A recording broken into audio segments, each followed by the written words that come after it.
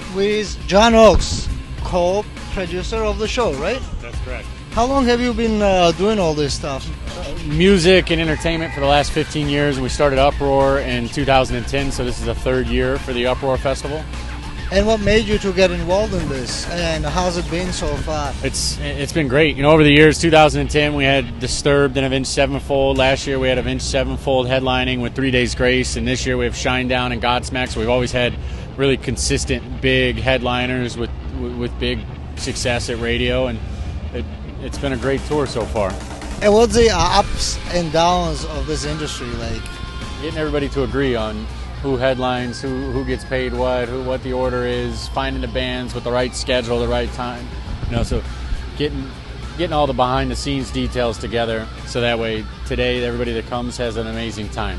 How difficult is it to control all this situation? I mean, you guys have lots of people.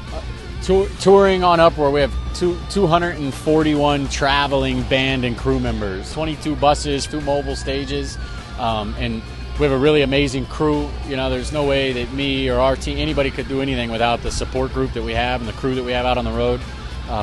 You know, all the way from our stage managers to our production managers to the truck drivers, the bus drivers. Everybody works together to make it happen and bring the big rock show. All right, man. Thank you so much for your time. I really appreciate it. Right. Now back to you, Marina. Thanks, Greg. This is Marina for my show, and I'm here with Redlight King. Woo! Hello.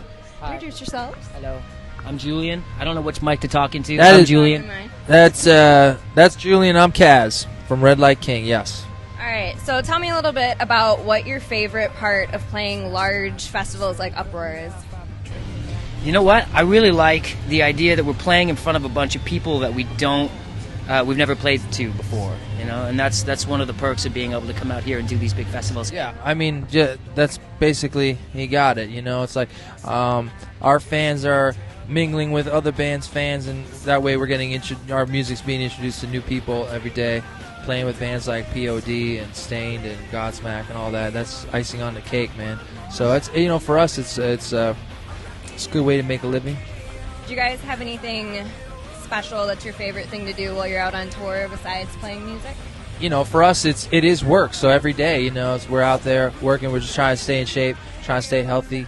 When we get those few days off, it's really nice to be able to actually go into the city and kind of, you know, walk around and actually get to see things that aren't just parking lots and amphitheaters. Because that's, you know, see some culture, you know. Right. Put some culture in our lives. We need it. We're a bunch of grease monkeys. We need all the culture we can get. Yeah. All right, and I gotta ask, is there any sort of antics or pranks going on backstage that are noteworthy or appropriate? It's mostly professional. The other day we were playing on stage, and Zach Myers from Shinedown pretended to be our guitar tech, and he brought my guitar up for me and was messing with me pretty good. That was pretty funny. I gotta say that it was last night. A friend of ours fell asleep in the front lounge of our bus, which is something you're not allowed to do. It's kind of like so, and the punishment for that is always getting drawn on with a Sharpie. So Kaz and I last night, we got him pretty good. Nice. We tried to wake him up first, and he wouldn't wake up, and then we're like, all right, bring out the Sharpies, let's do it. So that happens occasionally. Yeah. Don't fall asleep on our bus. Noted.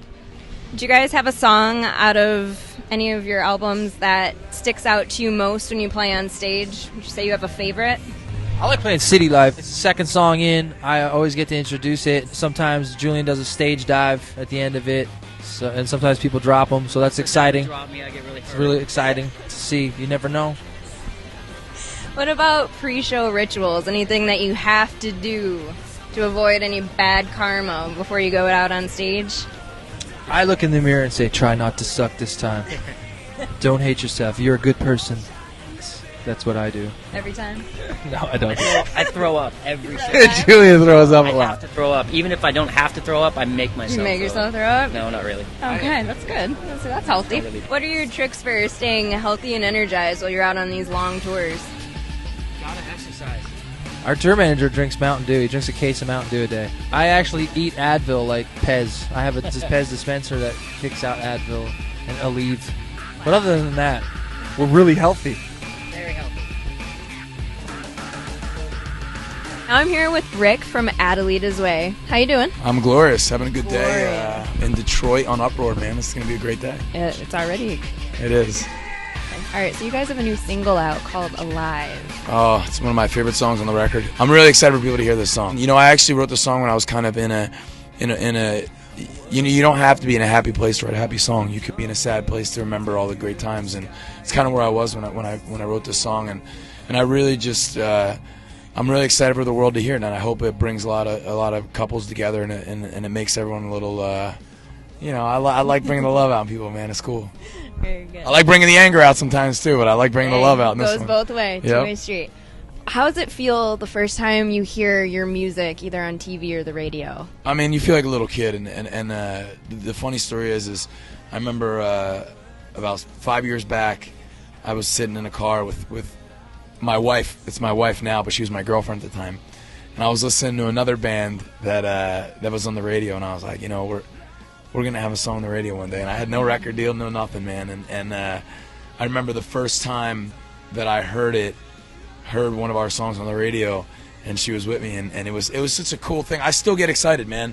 We've been very fortunate and had so much great success, and I still to this day, even any single we put on the radio, anytime I hear it, I'm still proud and still happy, and I still get that feeling, man, because you never can forget where you came from. You can never, you got to always stop and smell the roses. So I heard a rumor that you used to play college baseball. That's a very true rumor. I was a beast, man. Yeah. No, I played baseball since I was a little kid. I love it. I love all sports. It's one of my, when it comes to football, basketball, baseball, you'll find me off stage on the bus watching these games. You know what I mean?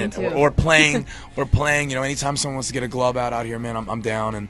And sports are it's just, I don't know, part of my life, big part of my life. That's awesome. If you get a chance to go out and kind of explore the town you're in, is there anything that you guys like to do when you have some downtime? Eat. You kidding me? You always got to go into the cities and find out what the best restaurants are and hang out with your homies. Like for me, I get to come in to certain cities and hang out with my friends, and you do look forward to coming to some cities more than others because you have people in those cities that you're really looking forward to see, and you go out to eat with them.